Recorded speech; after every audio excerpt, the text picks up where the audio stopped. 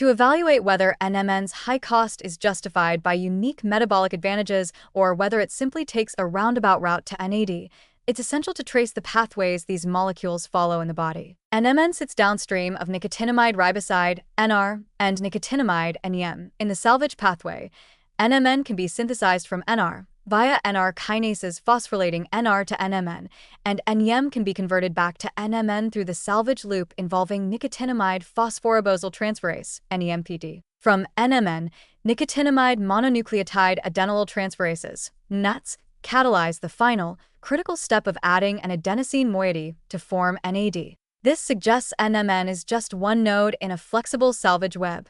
It can feed forward to NAD, but can also interconvert backward to NR or NEM, depending on cellular needs.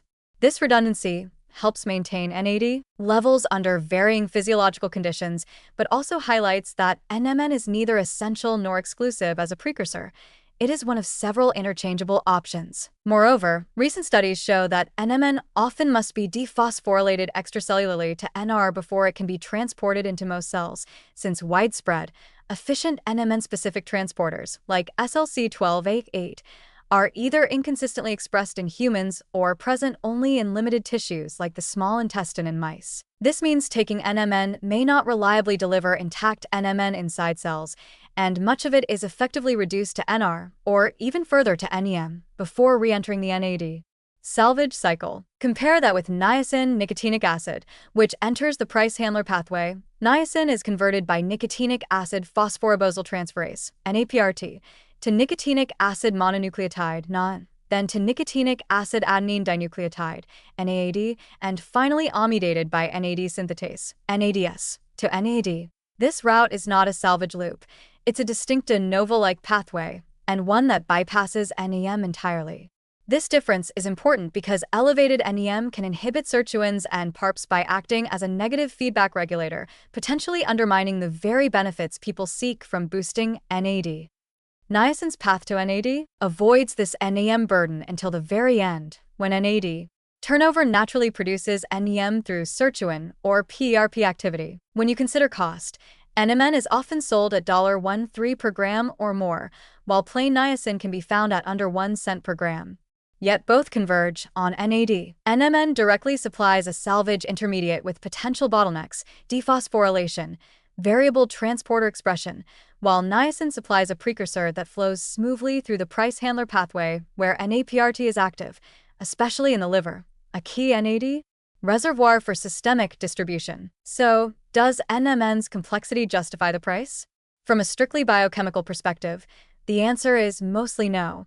NMN takes a redundant route that overlaps extensively with NR and NEM metabolism, ultimately converging on the same NAD molecule as niacin does. Its directness in the salvage pathway is theoretically advantageous if a tissue lacks active price handler enzymes, but in practice, the body flexibly interconverts NAD precursors, and niacin's path can supply systemic NAD levels effectively, something large-scale trials in cardiovascular medicine have proven for decades. The high cost of NMN isn't based on fundamentally superior NAD restoration, but on its novelty, patentability, and marketing as a high-tech anti-aging compound. Moreover, NMN's pathway depends heavily on NMNAT enzymes already present in all cells, which are not typically rate-limiting.